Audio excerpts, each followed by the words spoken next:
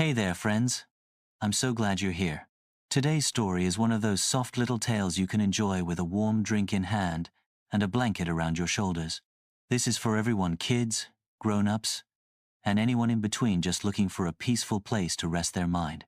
Now, picture this.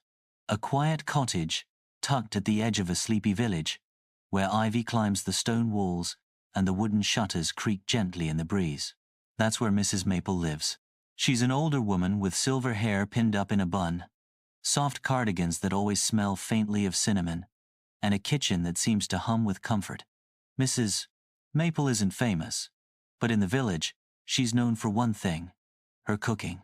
On cold days, she bakes buttery rolls that steam when torn open. On sunny mornings, she lays out baskets of scones with tiny pots of jam. And once a week, without fail, she invites someone in for a special dinner, always homemade, always with a smile. This week, her guest is young Theo, a shy boy who's just moved in with his grandfather next door. He's quiet, polite, and a little nervous around strangers. But Mrs. Maple, she's got a gentle way of making even the most hesitant hearts feel at home. Theo stood in the garden, hands tucked into his sleeves, watching Mrs. Maple with wide eyes. She was gathering rosemary and thyme, her wicker basket full of green sprigs and tiny white flowers. "Herbs make everything sing," she said cheerfully, handing him a sprig to sniff. It smelled fresh and woodsy. Inside the cottage, the warmth hit like a hug. The kitchen glowed with golden afternoon light, spilling through lace curtains. Theo sat at the table, legs swinging, as Mrs. Maple moved with quiet ease, chopping, stirring, humming to herself. The scent of garlic, onions, and something savory drifted through the air.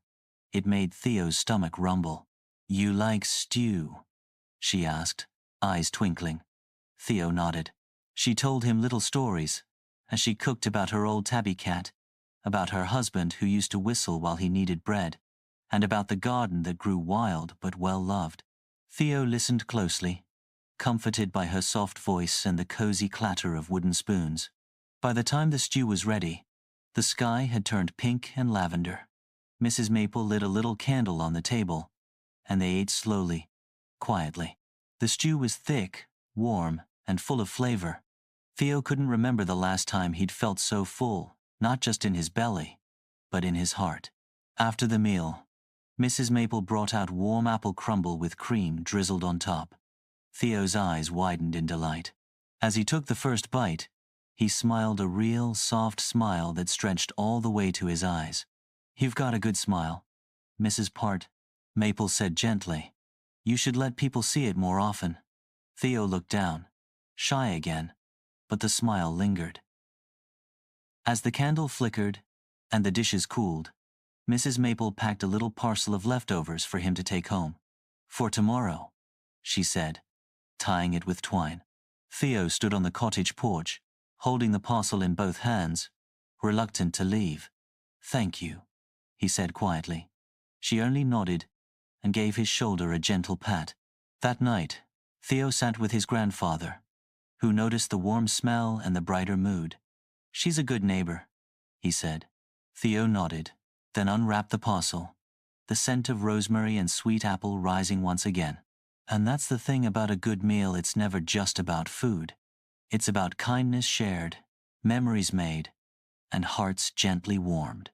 Thank you for joining me in this cozy little story. If it made you smile, I'd love if you left a like, subscribed, and came back next time for another peaceful tale.